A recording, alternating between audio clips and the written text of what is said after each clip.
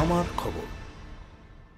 বীরভূমের রামপুরহাট শহর তৃণমূলের যুব সভাপতি বদল নিয়ে গোষ্ঠীদ্বন্দ্ব প্রকাশ্যে। এবার যুব তৃণমূলের রদবদল ঘিরে রামপুরহাট শহরের শাসক দলের গোষ্ঠীদ্বন্দ্ব প্রকাশ্যে। দিন কয়েক আগেই রামপুরহাট শহর যুব তৃণমূল সভাপতি ওয়াসিম আলী ভিক্টরকে বদল করে শহর সভাপতি রাজীব শেখকে নিযুক্ত করা হয়। আর এই বদল করেন বীরভূম জেলা যুব তৃণমূল সভাপতি অভিষেক ব্যানার্জির। একটি বিজ্ঞপ্তি দিয়ে জানানো হয় বদলের বিষয়টি। সেই নিয়ে গোষ্ঠীদ্বন্দ্ব দেখা যায় রামপুরহাট শহর জুড়ে।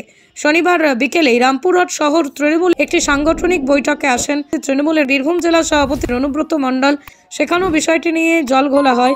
এই বিষয়ে অনুব্রত মণ্ডলকে প্রশ্ন করা হলে তিনি জানান, এই বিষয়টি তার জানা নেই। রামপুরহাট শহর যুব তৃণমূলের সভাপতি বদল হয়েছে কিনা বিষয়টি তিনি জানেন না। ঠিক এখানেই প্রশ্ন, তাহলে কি বীরভূম জেলা সভাপতি অনুব্রত মণ্ডলকে এড়িয়ে এই পদ পরিবর্তন করা হয়েছে?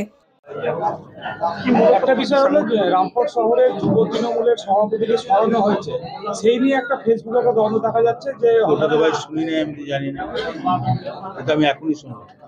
আপনার কি জানা আছে? না ভাই, তুমি তো বললাম আমি শুনি না, প্রথম শুনলাম। তবে ওয়াসিম আলী ভিক্টর সাংবাদিকদের দাবি করেন, দলের নিয়ম শৃঙ্খলা মেনে এই পরিবর্তন করা হয়নি। বিষয়টি নিয়েই জেলা সভাপতি অনুব্রত মণ্ডলকে তিনি জানিয়েছেন। অনুব্রত মণ্ডল নির্দেশ দিয়েছেন, তিনি রামপুরহাট শহর যুব তৃণমূলের সভাপতি হিসেবে এই মুহূর্তে আছেন, তিনিই কাজ করবেন। আগামী 12 তারিখে এই বিষয়ে বিধায়ক আশিস বন্দ্যোপাধ্যায়ের সাথে একটি বৈঠক হবে। কয়েকদিন আগে দেখা গিয়েছিল যে রামপুরহাট শহরের যুব তৃণমূল সভাপতি হিসাবে সরানো হলো এবং নতুন কাউকে দায়িত্ব দেওয়া হলো। আজকে দেখা করে কি বললেন অনুব্রত মণ্ডল? আমরা দেখা করে জানিয়েছিলাম, যেটা আমাদের প্রথম থেকে অভিযোগ ছিল যে দলের শৃঙ্খলার বাইরে এই অ্যাপয়েন্টমেন্ট লেটার ইস্যু হয়েছে এবং সম্মানীয় জেলা সভাপতি বললেন যে আশিসবাবু ছিলেন না, আমাদের যিনি অভিভাবক, উনি ব্যাপারটা জানেন না সম্পূর্ণভাবে, ওনার অনুপস্থিতিতে এটা হয়েছে। আশিসদাকে দায়িত্ব দিলেন এটা দেখার, এবং জেলা সভাপতি আমাকে নির্দেশ দিয়েছেন যেমন আমি কাজ করছি সেরকমভাবে দলের কাজ করে যাব। না, তাহলে কোন পদে আপনি কাজ করবেন? আমি জেলা সভাপতি, অর্থাৎ তিনার মৌখিক নির্দেশ মানে আমার কাছে সর্বোচ্চ। যুব তৃণমূলের বীরভূম জেলা সভাপতি অভিষেক ব্যানার্জি এই প্রসঙ্গে তিনি বলেন, কে কি বলছে, কে দাবি করছেন। তিনি বলেন, দলের নিয়ম শৃঙ্খলা মেনে এই পদ পরিবর্তন করা হয়েছে।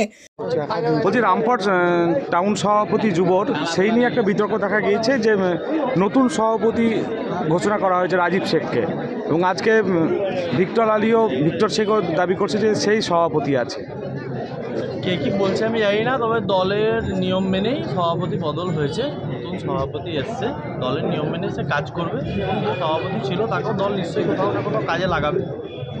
তাহলে বর্তমানে রামপুরহাটের টাউন সভাপতি কে? রাজীব সিং। ভিক্টর তো দাবি করছে যে অনুব্রত মণ্ডল তাকে বলেছে। আমি জানি না, আমি বলতে পারবো না, আমার জানা নেই কে দাবি কোথায় কি করছে, কে কোথায় কি করছে, আমি ওইসব বিষয়ে দেখিনি, বলতে পারবো না। দলের নিয়ম মেনেই পরিবর্তন হয়েছে, দল যাকে দায়িত্ব দিয়েছে সে কাজ করবে। শৃঙ্খলা মেনে হয়নি। দলের শৃঙ্খলার যদি কোনো সেরকম কোনো বই আছে বা খাতা আছে, যদি কোনো দস্তাবেজ আছে, তাহলে সেটা দেখাবে যে কোথায় শৃঙ্খলা ভঙ্গ করে করা হয়েছে, তাহলে সেটা তখন সেটার উত্তর তখন দেওয়া হবে। মানে এই বদল কি অনুব্রত মণ্ডল জানে? শৃঙ্খলা মেনে, অবশ্যই শৃঙ্খলা মেনে করা হয়েছে।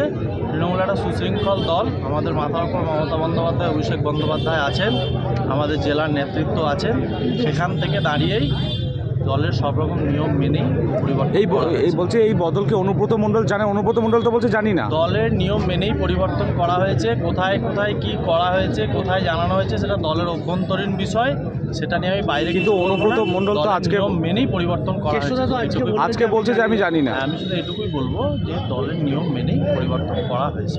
বোলপুরের ভুবনডাঙ্গায় নজরুল পথের পাশে তৈরি হচ্ছে অভিপ্সা অ্যাপার্টমেন্ট। বোলপুর স্টেশন থেকে মাত্র 5 মিনিটে, বোলপুর কলেজ, স্কুল, স্বাস্থ্যকেন্দ্র থেকে মাত্র 4 মিনিটে, বোলপুর বাস স্ট্যান্ড এবং বিশ্বভারতী থেকে মাত্র 2 মিনিটেই পৌঁছে যাবেন অভিপ্সা অ্যাপার্টমেন্টে। রয়েছে নানান উন্নত মানের সুযোগ সুবিধা। অফিসের ঠিকানা Sanvi apartment 2, ground floor, Ramakrishna road, Bolpur. Booking করতে 70 যোগাযোগ করুন এই নম্বরে। দেখতে চোখ রাখুন আমাদের ফেসবুক ও ইউটিউব চ্যানেলে।